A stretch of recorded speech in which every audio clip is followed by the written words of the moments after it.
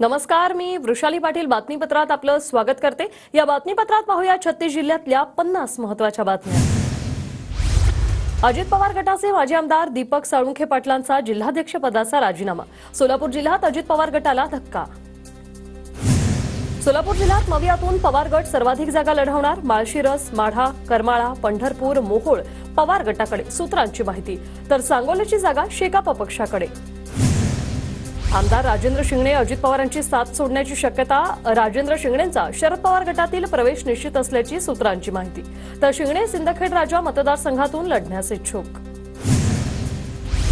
विलास लांडेंनी घेतली शरद पवारांची भेट। तर मी शरद पवार गटातच शिरूर लोकसभेत अमोल कोल्हेंचं काम केलं, विलास लांडेंकडून स्पष्ट। बहुजन विकास आघाडी पालघर जिल्ह्यातील 6 विधानसभा लढणार। बवियाच्या कोर कमिटीच्या बैठकीत एकमताने निर्णय।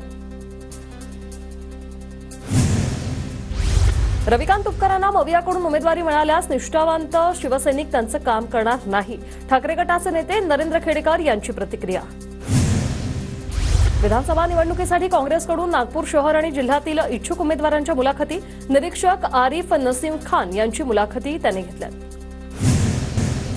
परभणीच्या पाथरी विधानसभेवरून शिंदे गट आणि भाजपमध्ये रस्सीखेच। शिंदे गटाकडून विधानसभेची जोरदार तयारी, तर भाजपचाही पाथरी विधानसभेवर दावा।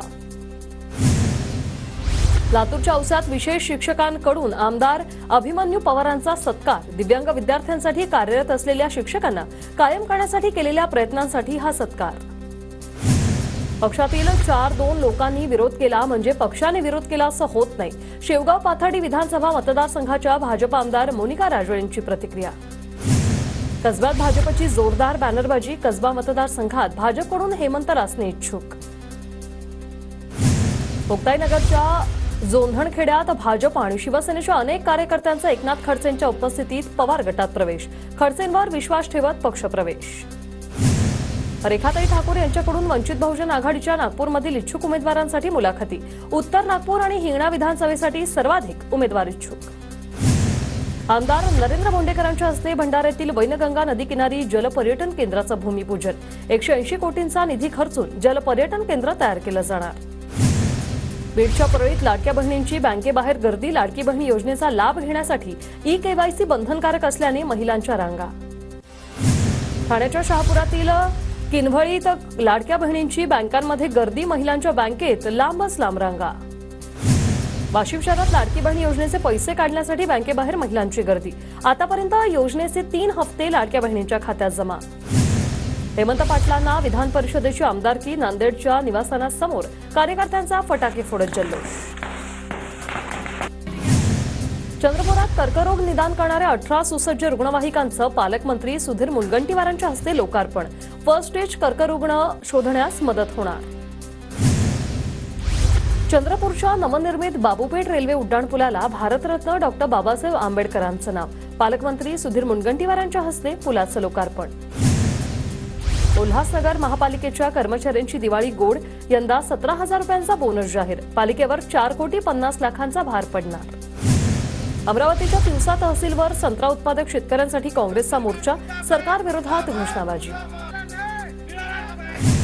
पुण्यातील धायरीकरांचं रस्त्यासाठी मुंबईच्या आझाद मैदानावर उपोषण। 28 वर्षापासून रखडलेल्या डीपी रस्त्यांच्या प्रश्नासाठी उपोषण सुरू।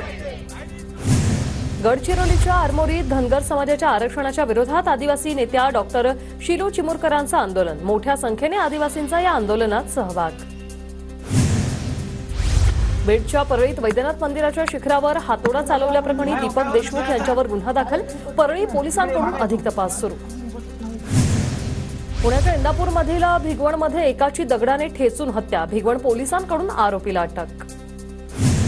बीडच्या परळीत सिग्नलमध्ये तांत्रिक बिघाड करून चोरट्याकडून रेल्वे चोरी। प्रवाशांचे सोन्याचे दागिने चोरट्याकडून लंपास। महिन्याभरातील चोरीची ही 4थी घटना। परभणीच्या सोनपेठमध्ये चिमुकलीवर अत्याचार प्रकरणी कारवाईसाठी नागरिकांचा मोर्चा। मुख्य आरोपीला अटक करून खटला फास्ट ट्रॅक कोर्टात चालवण्याची मागणी। तर पोलीस कारवाई करण्यासाठी चालढकल करत असल्याचा नागरिकांचा आरोप। नांदेड जिल्ह्यात सोयाबीन काढणीला वेग। काढणीसाठी मजूर मिळत नसल्यामुळे शेतकरी अडचणीत। रत्नागिरी जिल्ह्यात परतीच्या पावसामुळे भातशेतीचं मोठ्या प्रमाणात नुकसान। ऐन कापणीच्या हंगामात पाऊस पडत असल्याने बळीराजा चिंतेत। जळगावच्या दहिगाव शिवारात केळीवर करपा रोगाचा प्रादुर्भाव, शेतकरी हैराण, अनेक बागांमध्ये करपाग्रस्त केळीची पानं. बुलढाण्याच्या साखरखेर्डा पोलीस स्थानकात पीक विमा कंपनीविरोधात गुन्हा दाखल, शेतकरी नेते डॉक्टर ज्ञानेश्वर टालेंच्या नेतृत्वात कंपन्यांच्या विरोधात ठिय्या. वाशिमच्या मानोरा शहरात दुर्गादेवी विसर्जन मिरवणुकीतील 8 ते 10 डीजे जप्त, आवाजावर नियंत्रण न ठेवत नियमांचं उल्लंघन केल्याने पोलिसांची कारवाई. रत्नागिरीच्या लांजा शहरात भर वस्तीत असलेल्या विहिरीत बिबट्या पडला, बिबट्याला बाहेर काढण्यासाठी वनविभागाच्या पथकाकडून प्रयत्न, बिबट्या पाहण्यासाठी नागरिकांची गर्दी. परभणीतील येलदरी जलाशयातून पाण्याचा विसर्ग, पूर्णा नदीपात्रात 6,820 क्युसेकने पाण्याचा विसर्ग सुरू. छत्रपती संभाजीनगरच्या कन्नड, सिल्लोड आणि सोयगाव तालुक्यात पावसाचा हाहाकार, कापूस, सोयाबीन आणि मक्याचं पीक पाण्याखाली, तर वीज पडून एका शेतकऱ्याचा मृत्यू. परभणीत 2023 सालचे पीक विम्याचे पैसे शेतकऱ्यांच्या खात्यात जमा, पैसे काढण्यासाठी शेतकऱ्यांची जिल्हा बँकेत गर्दी. गोंदियाच्या तिरोडामध्ये रेल्वे पुलाच्या बांधकामामुळे गावातील रस्त्यांची दुरावस्था, प्रशासनाचं रस्ता बांधकामाकडे दुर्लक्ष, रस्ता दुरुस्तीचं काम सुरू न झाल्यास ग्रामस्थांचा आंदोलनाचा इशारा. गोंदिया जिल्ह्यात भाजीपाल्याची आवक घटल्याने दर वाढले, टोमॅटो 80 रुपये किलो तर कांद्याचे दर 60 रुपये, लसूणाचा दर प्रति किलो 400 रुपयांच्या पार पोहोचल्याने ग्राहकांच्या खिशाला कात्री. रायगडच्या पेणमधील आंबिवली गावाला पाणी टंचाईच्या झळा, अनियमित पाणी पुरवठ्यामुळे ग्रामस्थांवर पिण्याचं पाणी विकत घेण्याची वेळ. आदिवासी कोळी समाजाचं प्रलंबित जात प्रमाणपत्र द्या, अन्यथा मुक्ताईनगरच्या तहसील कार्यालयासमोर ठिय्या आंदोलन करू, आदिवासी कोळी समाज बांधवांचा इशारा.